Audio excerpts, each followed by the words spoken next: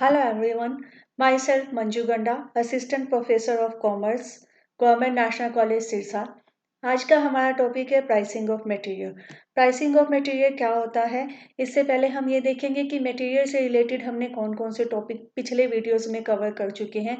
देखो, मटेरियल से रिलेटेड हम पिछले वीडियोस में इकोनॉमिक ऑर्डर क्वांटिटी का टॉपिक कवर कर चुके हैं। इकोनॉमिक ऑर्डर क्वांटिटी से हमें क्या पता लगता है, उससे हमें पता लगता है कि हमें कितनी क्वांटिटी के मटेरियल के लिए ऑर्डर प्लेस करना चाहिए। इसी तरह से डिफरेंट डिफरेंट जो स्टॉक लेवल्स होते हैं, मैक्सिमम लेवल है स्टॉक रॉ मटेरियल का, मैक्सिमम लेवल है, मिनिमम लेवल है, ये सब भी हम लास्ट वीडियोस में कर चुके हैं। तो आज का हमारा टॉपिक है प्राइसिंग ऑफ मटेरियल।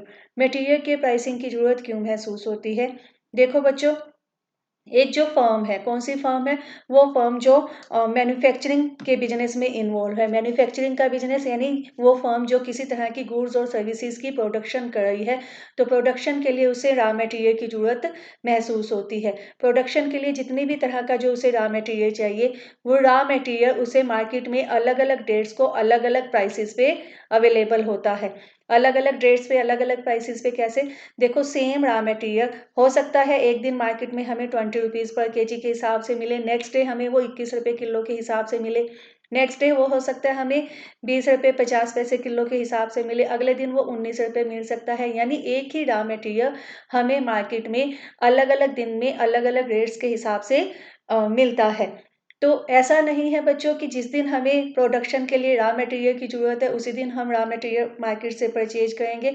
इससे तो क्या होगा, प्रोडक्शन बंद होने की नौबत आ जाएगी, क्योंकि हो सकता है मार्केट से हमें रॉ मटेरियल नहीं मिला या हम उसे परचेज नहीं कर पाए, तो हमारा प्रोडक्शन बंद हो जाएगा तब तक जब तक कि हमारे पास रॉ मटेरियल अवेलेबल नहीं होगा।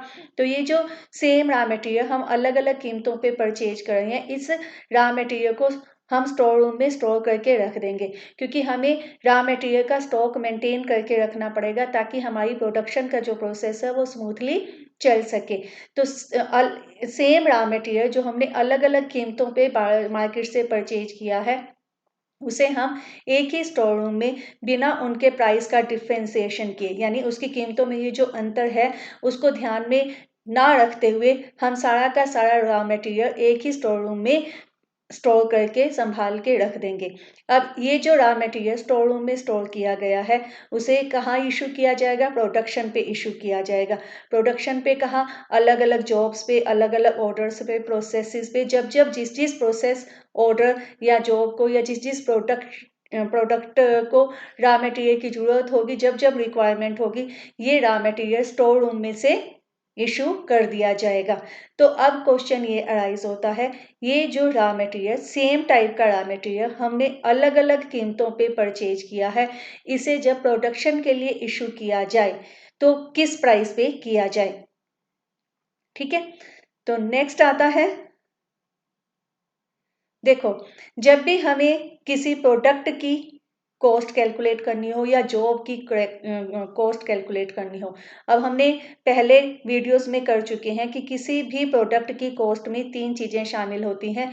उसके ऊपर मटेरियल के रूप में जो खर्चा हुआ, उसके ऊपर लेबर के रूप में जो खर्चा हुआ, और उसके ऊपर एक्सपेंसेस के रूप में जो खर्चा हुआ, इन तीनों के टोटल को हम प्रोडक्ट की कॉस्ट कहते हैं।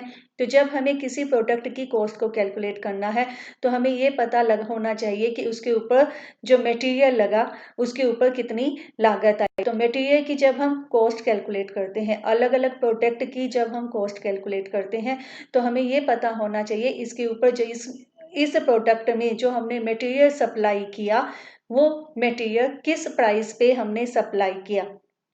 ये एक मुश्किल काम है। क्यों मुश्किल काम है, क्योंकि हम जो स्टोर रूम में हमने रॉ मटेरियल परचेज किया है, जैसे अभी हमने एग्जांपल में किया, वो रॉ मटेरियल हमने अलग अलग डेट्स पे अलग अलग प्राइसेस पे परचेज किया है। इनका समटाइम क्या होता है कि परचेज प्राइस अलग होता है और मार्केट प्राइस अलग होता है। कि ऐसा भी हो सकता है कि हमारे स्टोर रूम में जो रॉ मटेरियल अवेलेबल है वो 20 रुपये पर किलोग्राम के हिसाब से पड़ा है। यानी स्टोर रूम में जो सामान पड़ा है वो कैसे खरीदा था, हमने उसे खरीदा था और स्टोर रूम में स्टोर करके रख दिया था। वो हमने 20 रुपये पर किलोग्राम के हिसाब से खरीदा था और आज मार्केट में वो 22 रुपये पर किलोग्राम के हिसाब से मिल रहा है। ठीक है, तो इस सिचुएशन में ये क्वेश्चन अराइज होता है कि जब भी हम प्रोडक्ट की कॉस्ट को कैलकुलेट कर रहे हैं तो उसमें मटेरियल की जो प्राइसिंग है, मटेरियल की कॉस्ट कौन कौन सी ली जाए, ये एक इम्पॉर्टेंट क्वेश्चन है। लेकिन इस क्वेश्चन का आंसर है, इस क्वेश्चन का आंसर क्या है, जो इशू ऑफ मटेरियल है, ठीक है, इशू ऑफ मटेरियल, इसका जो प्राइस है ये भी सेट किया जा सकता है। इसके लिए हमारे पास बहुत सारे मेथड्स हैं। मेथड्स कौन कौन से हैं, देखो, methods of pricing issue of material. हमने जो सामान इशू करना है, कहाँ से इशू करना है, स्टोर रूम से हमने प्रोडक्शन के लिए रॉ मटेरियल इशू करना है। उसका प्राइस कैसे निर्धारित करेंगे, उसके प्राइस को फिक्स करने के लिए बहुत सारे मेथड्स हैं। नंबर 1 वो मेथड्स जो कॉस्ट प्राइस के ऊपर बेस्ड है, यानी उसकी लागत पे आधारित मेथड, वो मेथड जो मार्केट प्राइस के ऊपर बेस्ड है, और वो मेथड जो स्टैंडर्ड प्राइस के ऊपर बेस्ड है। ठीक है, ये 3 तरह के मेथड हैं। 7 से 8 मेथड कॉस्ट प्राइस से रिलेटेड है, 2-3 मेथड हमारे मार्केट प्राइस से रिलेटेड है, 2 मेथड हमारे स्टैंडर्ड प्राइस से रिलेटेड है।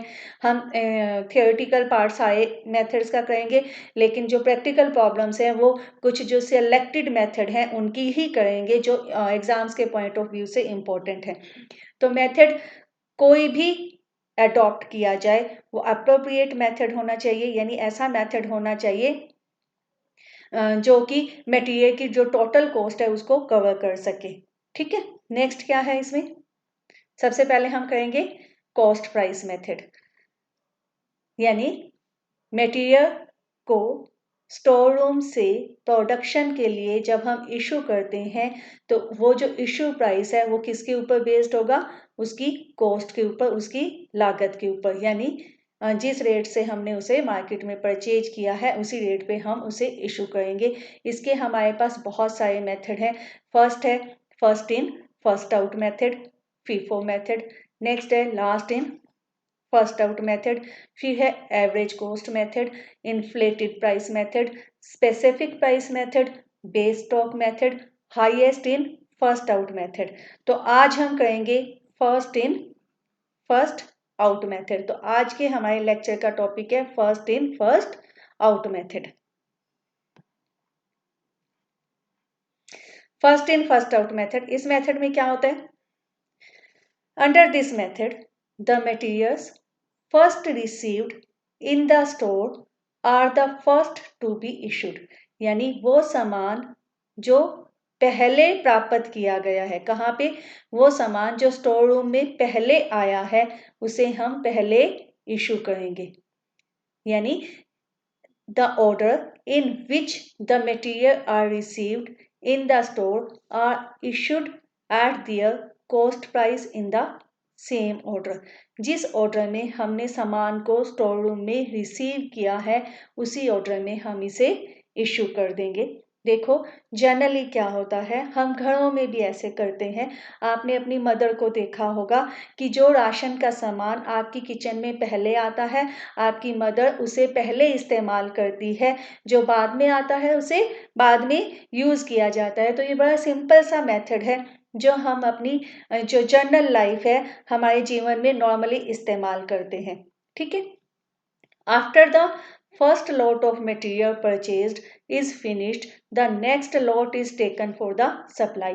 जैसे ही पहले से खरीदा गया सामान खत्म हो जाता है तो बाद में जो हमने सामान खरीदा होता है उसे हम सप्लाई कर देते हैं प्रोडक्शन के लिए। ठीक है, units in the opening stock are issued first, यानी यदि आपके पास कोई ओपनिंग स्टॉक पड़ा है तो उसे पहले इशू किया जाएगा। उसके बाद जैसे जैसे हम सामान परचेज करते जाते हैं वैसे वैसे उसे इशू करते जाते हैं। अब क्लोजिंग स्टॉक किस में से बचेगा, क्लोजिंग स्टॉक उस सामान में से, उस मटेरियल में से बचेगा जो हमने सबसे लास्ट में परचेज किया था। देखो, closing stock contain materials purchased on the last days और रिसेंट परचेजेज। ठीक है, नेक्स्ट है suitable when the price of materials are falling. ये मेथड कब सुटेबल है, जब मटेरियल का जो प्राइस है वो फॉल कर रहा हो, यानी उसकी कीमतें कम हो रही हो, तब ये मेथड सुटेबल है। नेक्स्ट है इसमें advantage of FIFO method. FIFO method के एडवांटेज क्या है, very simple to understand and easy to operate. बिल्कुल सिंपल है ये समझने में, क्योंकि नॉर्मल लाइफ में हम ऐसे ही करते हैं, जो सामान पहले खरीदते हैं उसे पहले इस्तेमाल करते हैं, लॉजिकल मेथड है। ठीक है, पहले से खरीदा गया सामान हम पहले इस्तेमाल करेंगे। आगे है इशूड एट परचेज प्राइस। जो भी सामान खरीदा जाता है वो उसे उसके परचेज प्राइस पे, यानी जिस मूल्य पे हमने खरीदा है उसी मूल्य पे हम उसे प्रोडक्शन के लिए इशू कर देते हैं, यानी जो कॉस्ट ऑफ मटेरियल है वो सारी की सारी हमारी वसूल हो जाती है। ठीक है, नेक्स्ट है useful when prices are falling. जब कीमतें गिर रही हों तब ये मेथड यूजफुल है। Closing stock is valued at the market price. Closing stock किसमें से बचता है? जो हमने सामान लास्ट में खरीदा होता है उसमें से हमारा क्लोजिंग स्टॉक बचता है। इसका मतलब ये है कि क्लोजिंग स्टॉक मार्केट प्राइस को रिप्रेजेंट करेगा। क्लोजिंग स्टॉक का प्राइस वही होगा जो इन दिनों मार्केट में मटेरियल का प्राइस चल रहा है। Useful when number of transaction is limited and price of material are steady. ये मेथड तब यूजफुल है जब हमारे पास ट्रांजैक्शंस यानी मटेरियल को स्टोर रूम से प्रोडक्शन पे इशू करने की जो ट्रांजैक्शंस हैं वो लिमिटेड हैं, कम है, और मटेरियल के प्राइसेस में कोई ज़्यादा उतार चढ़ाव नहीं आते। ठीक है, इसके डिसएडवांटेजेस क्या है? Increase possibility of clerical error. इसमें क्या है? एरर यानी गलती की संभावना बढ़ जाती है यदि हम जो सामान रिसीव कर रहे हैं, if the consignment are received frequently at varying prices. यानी जो सामान हम जो मटेरियल हम परचेज कर रहे हैं वो हम बार बार रॉ मटेरियल परचेज कर रहे हैं और अलग अलग कीमतों पे परचेज कर रहे हैं, तब हमारे पास गलतियों की संभावना बढ़ जाती है। In case of wide fluctuation in prices, comparison of cost of different job, order, processes, etc. will be difficult. यदि मार्केट प्राइस में फ्लक्चुएशन ज़्यादा है यानी उतार चढ़ाव ज़्यादा है, तो हम एक ही इंस्टीट्यूशन एक ही बिजनेस यूनिट की अलग अलग जॉब्स में, ऑर्डर्स में, प्रोसेसेस में कंपैरिजन आसानी से नहीं कर सकते। For pricing one issue, often more than one price is to be taken. कई बार क्या होता है कि एक ही बार हमने सामान इशू करना है, एक ही लोट में सामान इशू करना है, लेकिन एक से ज़्यादा कीमतों का सामान हमें इशू करना पड़ता है। When prices rise, issue price does not reflect market price. यदि कीमतें बढ़ रही हैं तो जो हमारा इशू प्राइस है वो मार्केट प्राइस को रिप्रेजेंट नहीं करेगा। Product are charged at low price. जो प्रोडक्ट है यानी हमारा उत्पाद है उसकी जो कीमत है उसमें रॉ मटेरियल की कीमत कम लगी होगी। Closing stock contains material purchased at distant prices. जो क्लोजिंग स्टॉक है उसकी जो वैल्यूएशन है वो अलग प्राइसेस पे होगी और एक्चुअल में मार्केट प्राइस अलग होगा and does not represent the recent price. यानी वही क्या है, मतलब कि जो क्लोजिंग स्टॉक है उसकी वैल्यूएशन अलग प्राइस पे होगी और मार्केट प्राइस अलग है। ठीक है, तो ये हमारी थियोरेटिकल पोर्शन था first in first out method का। अब हम इसकी एक प्रैक्टिकल प्रॉब्लम करेंगे। अब इसकी हम एक प्रैक्टिकल प्रॉब्लम करेंगे। प्रॉब्लम है हमारे पास, prepare store ledger account as पर FIFO method from the following data. हमने first in first out method use करते हुए स्टोर लेजर बनाना है। क्वेश्चन क्या है हमारे पास? Receipt of material. Receipt of material यानी कौन कौन सी डेट को हमने कितना कितना रॉ मटेरियल स्टोर रूम में रिसीव किया। जब भी हम सामान परचेज करते हैं तो परचेज करने के बाद हम उसे स्टोर रूम में रख देते हैं। स्टोर कीपर एक स्टोर लेजर अकाउंट बनाएगा जिसमें वो जितना भी सामान रिसीव करेगा और जितना भी सामान उसमें से इशू करेगा प्रोडक्शन को, उस स्टोर लेजर अकाउंट में उसकी एंट्री करेगा। ठीक है, तो हमारे पास रिसिप्ट क्या क्या है, रिसिप्ट क्या क्या है? सबसे पहले है डेट अप्रैल 1 2010। अप्रैल 1 2010 को हमारे पास ओपनिंग बैलेंस पड़ा है, ओपनिंग स्टॉक पड़ा है 1000 यूनिट्स का और कॉस्ट पर यूनिट कितनी है? 5 रुपये। यानी 1000 यूनिट्स का हमारे पास सामान स्टोर रूम में पड़ा है और कितना है? 5 रुपये उसका एक यूनिट की कीमत है। सबसे पहले हम इसकी एंट्री करेंगे। इसको पहले एक बार रीड कर लेते हैं। फिर क्या है? 3 अप्रैल 2010 को हमने रिसीव किया है सामान 5000 यूनिट्स का 6 रुपीज़ पर यूनिट के हिसाब से। नेक्स्ट रिसीट है अप्रैल 12 को 2010 को, यानी 12 अप्रैल 2010 को 3000 यूनिट रिसीव किए गए 5 रुपये 1 यूनिट के हिसाब से। अब इशू क्या किया गया? मटेरियल इशू अप्रैल 4 2010 3000 यूनिट इशू किए गए। कहाँ इशू किए गए? स्टोर रूम से प्रोडक्शन पे 3000 यूनिट चले गए। फिर 6 अप्रैल 2010 को 2000 यूनिट गए। फिर 15 अप्रैल 2010 को 1500 यूनिट इशू किए, यानी 1000 यूनिट हमारे पास पहले पड़े थे। फिर 3 अप्रैल को हमारे पास 5000 यूनिट और आए 6 रुपये के हिसाब से। फिर 12 अप्रैल को 3000 यूनिट आए 5 रुपये के हिसाब से। और 4 अप्रैल 6 अप्रैल और 15 अप्रैल को हमने 3000 2000 और 1500 यूनिट प्रोडक्शन पे इशू कर दिए स्टोर रूम से। नेक्स्ट है the weekly stock taking on April 7 2010 short A shortage of 150 unit. ये क्या कह रहा है कि हमने क्या किया, 7 अप्रैल को स्टॉक की चेकिंग की तो हमें पता लगा 150 यूनिट्स उसमें कम है। अब हम इसे सॉल्व करेंगे। कैसे सॉल्व करेंगे? सबसे पहले 1 अप्रैल 2010 को जो हमारे पास ओपनिंग बैलेंस है हम उसकी एंट्री करेंगे। यहाँ लिखेंगे हम डेट अप्रैल 1, ठीक है। ये हमारे पास बैलेंस है। देखो यहाँ पे हमारे पास रिसिट का कॉलम है, यहाँ इशू का, और यहाँ पे बैलेंस का कॉलम है। हमारे पास बैलेंस पड़ा है तो हम सबसे पहले बैलेंस में ही इसकी एंट्री करेंगे। क्या आएगा? यहाँ पे पर्टिकुलर में लिखो ओपनिंग स्टॉक। ये हमारे पास ओपनिंग स्टॉक पड़ा है। कितना पड़ा है? क्वांटिटी देखो कितनी है, 1000 यूनिट्स हैं। किस हिसाब से? 5 रुपये के हिसाब से 5000 रुपीज़ का हमारे पास सामान पड़ा है। नेक्स्ट क्या है? नेक्स्ट है इसमें 3 अप्रैल, 1 अप्रैल के बाद फिर 3 अप्रैल की एंट्री है। 3 अप्रैल को क्या किया गया है? हमने फिर से सामान परचेज किया है। सामान अप्रैल 3 परचेजेज कितना परचेज किया है? 5000 यूनिट्स का। किस रेट से? 6 रुपये के हिसाब से। ये कितना हो गया? 30,000 रुपीज़ का हमने सामान परचेज किया है। अब हम बैलेंस निकालेंगे। देखो बैलेंस में क्या क्या पड़ा है। बैलेंस में हमारे पास 1000 यूनिट्स 5 रुपीज़ के हिसाब से, 5000 की तो पहले वाली पड़ी थी।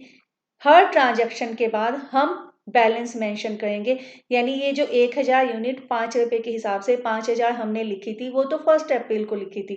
3 अप्रैल को हम फिर से एंट्री करेंगे कि किस किस तरह का सामान स्टोर रूम में पड़ा है। तो 3 अप्रैल को 1000 यूनिट 5 रुपये के हिसाब से 5000 के पहले वाले थे, और 5000 यूनिट हमने और परचेज किए। 5000 यूनिट 6 रुपीज़ के हिसाब से 30,000 रुपीज़ की ये हो गई। तो ये 35,000 का सामान हमारे पास स्टोर रूम में पड़ा है। कब? अप्रैल 3 को, ठीक है।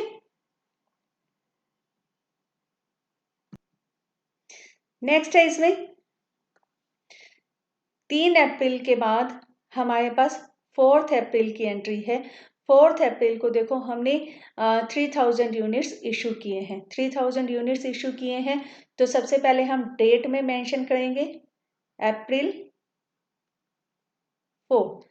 ये हमारा रिसिट का कॉलम है, ये हमारा इशू का कॉलम है। अब हमने इशू किया है तो हमारा रिसिट के कॉलम में हम कुछ नहीं लिखेंगे, इशू के कॉलम में लिखेंगे। यहाँ पे हमने क्या लिखेंगे?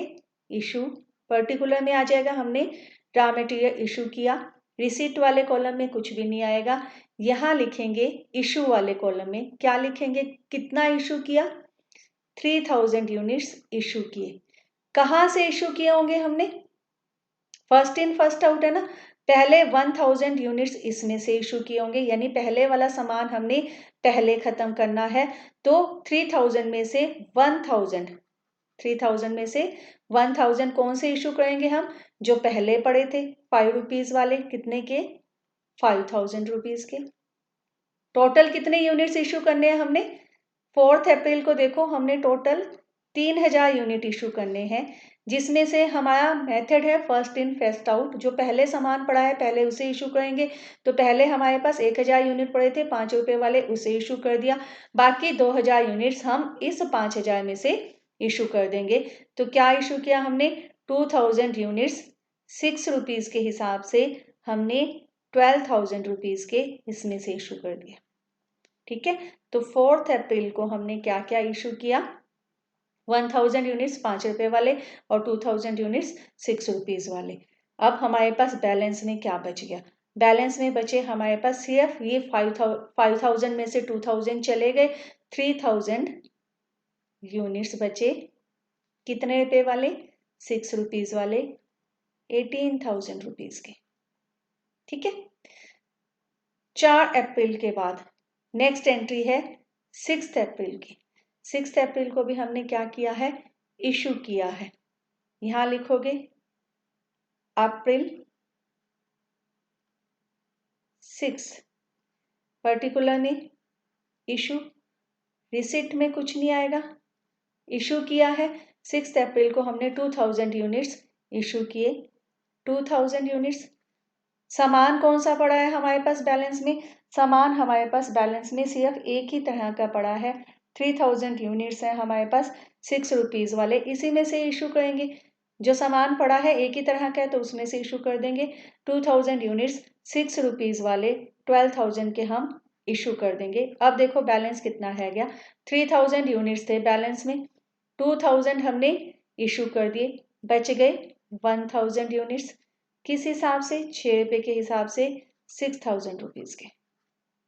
ठीक है, अप्रैल 6 के बाद हमारी नेक्स्ट रिसीट है 12 अप्रैल की, लेकिन जो हमें लास्ट में दिया हुआ है the weekly stock taking on April 7 2010 short A shortage of 150 units. ये जो शॉर्टेज है, ये शॉर्टेज हुई है, इसे हम हमेशा किस में दिखाएंगे? इशू वाले कॉलम में दिखाते। और यदि ये सरप्लस होता तो इसे हम रिसीट वाले कॉलम में दिखाएंगे। तो शॉर्टेज या डेफिशिएंसी, किसी भी तरह की कमी इशू वाले कॉलम में दिखाई जाएगी। कौन सी डेट को? अप्रैल 7 को। यहां क्या लिखेंगे? शॉर्टेज। कहाँ आ जाएगी? इशू वाले कॉलम में। क्वांटिटी, रेट, अमाउंट, कितनी कितनी क्वांटिटी आएगी? 150 यूनिट्स। सामान कौन सा पड़ा है? 6 रुपए वाला पड़ा है, इसी हिसाब से हम क्या कर देंगे? दिखा देंगे 900 रुपीज। ठीक है, 150 यूनिट्स 6 रुपीज के हिसाब से 900 रुपए की। अब बच कितना गया? 1000 यूनिट पड़ी थी, 150 यूनिट की शॉर्टेज है तो बच गई 850 यूनिट। 6 रुपए के हिसाब से ये आ जाएगी हमारे पास 100 रुपीज की। ठीक है, नेक्स्ट है हमारे पास 7 अप्रैल के बाद 12 अप्रैल को। 12 अप्रैल को हमने रिसीट किया है 3000 यूनिट्स 5 रुपए के हिसाब से। ये हम दिखाएंगे अप्रैल 12।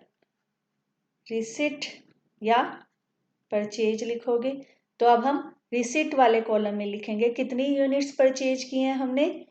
3000 यूनिट्स 5 रुपए के हिसाब से 15,000 की। इशू कुछ भी नहीं किया, ब्लैंक आ जाएगा। बैलेंस में क्या रहा?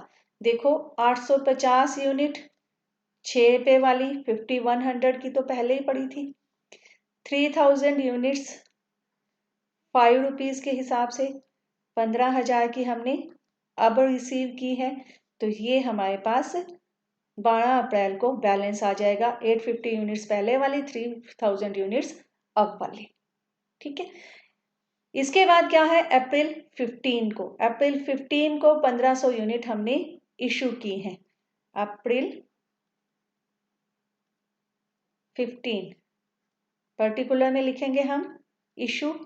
रिसिट हमने कुछ भी रिसीव नहीं किया, इशू किया है। क्या इशू किया है? 1500 यूनिट हमने इशू किए हैं। किस रेट से? किस रेट से? देखो फर्स्ट इन फर्स्ट आउट है तो से पहले हमने 850 यूनिट इशू किए होंगे। ठीक है, तो पहले हमने 850 यूनिट्स ये वाले इशू किए होंगे। 1500 यूनिट्स हमने इशू करने हैं। तो पहले वाला सारा सामान हम ख़त्म करेंगे। पहले वाला सामान कितना है हमारे पास? 850 यूनिट। 6 रुपीज़ के हिसाब से कितने के हुए? 5100 रुपीज़ के हमने ये इशू किए। बाकी कितने यूनिट्स रह गए? 650 यूनिट्स। 1500 इशू करने हैं ना, 850 इशू कर दिए, 650 और इशू करेंगे। किस में से इशू करेंगे? ये बाद वाले में से। ये जो 3000 यूनिट हमने 5 रुपये के हिसाब से रिसीव किए थे, इसमें से इशू करेंगे। 5 रुपये के हिसाब से 650 यूनिट, ये कितने हो जाएंगे? ये हो जाएंगे हमारे पास 3250। ठीक है। अब बैलेंस कितना बच गया? 3000 यूनिट्स में से ये 850 6 रुपये वाले तो सारे इशू कर दिए। 3000 में से 650 यूनिट हमने यहाँ इशू कर दिए। बच कितने गए? 3000 में से 650 चले गए तो 2350, 2350 यूनिट बच गए। किस हिसाब से?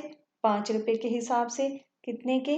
11,750 रुपीज़। तो अब स्टोर रूम में आपके पास कितना स्टॉक पड़ा है?